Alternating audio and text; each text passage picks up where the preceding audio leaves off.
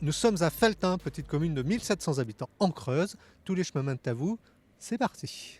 On va partir d'une image et l'idée c'est de transcrire un pixel de cette image en un point de tapisserie. Donc on va partir d'un modèle que nous fournit la personne qui a un projet à tisser, qu'on va numériser nous en interne ou que la personne va numériser. Donc là c'est un dessin à la main qui a été fait au feutre par un artiste qui s'appelle Stéphane Blanquet qui a dessiné l'ensemble du décor du théâtre de l'Union à Limoges pour une pièce qui sera jouée en mars. Et donc le théâtre nous a demandé de reproduire ce tout petit dessin qui est à peine un format A4 à la base pour faire des pendrillons en fait de 7 mètres qui vont composer différents plans du décor du théâtre. À toute personne qui a un projet à tisser, ça peut être une photo, ça peut être un dessin, une peinture, peu importe, peut venir nous voir et pour envisager de l'adapter en tapisserie. Cette Creuse, elle est très très importante dans le développement de Felletin.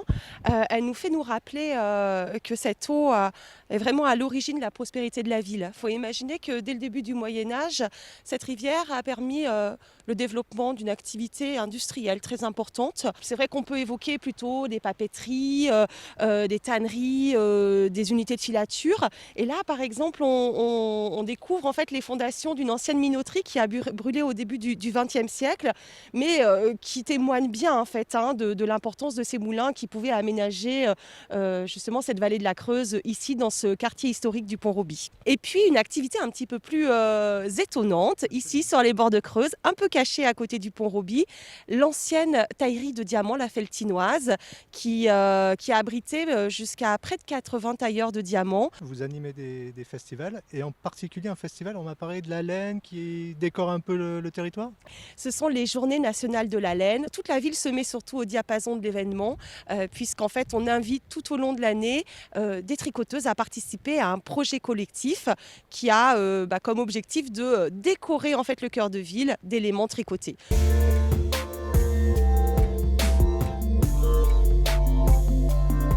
Oui, on est dans le quartier de la gare, donc le quartier de la gare qui est au fond de Felletin, et on a tous les ateliers ici qui petit à petit se sont remplis. Dans les 10 dernières années se sont installés une quinzaine d'artisans et d'artistes petit à petit. Donc il y a artistes peintres, artistes sculpteurs, mais il y a aussi des ébénistes, des charpentiers. Nous ici à l'atelier, c'est une association qui a vu le jour en 2013 et qui a pour vocation justement de faire découvrir la sérigraphie et plus largement les arts graphiques et l'image imprimée. Vous me parliez des petits dominos là qu'on Ah oui. aperçoit. On a accueilli une artiste qui s'appelle Charline Jiquel, qui est une illustratrice de Toulouse, et on l'a invitée en résidence. Et comme on lui a dit justement qu'il y avait les ateliers bois à côté, on a aussi fait une affiche en papier, mais elle a surtout voulu créer des dominos en bois et on a collaboré avec Vincent Crénière qui est l'ébéniste. Oui. Allez, montrez-nous un petit peu comment je ça... vous fais une petite démo. Donc du coup, c'est ça l'image pochoir. Sur le cadre, je vais mettre de l'encre, comme ça.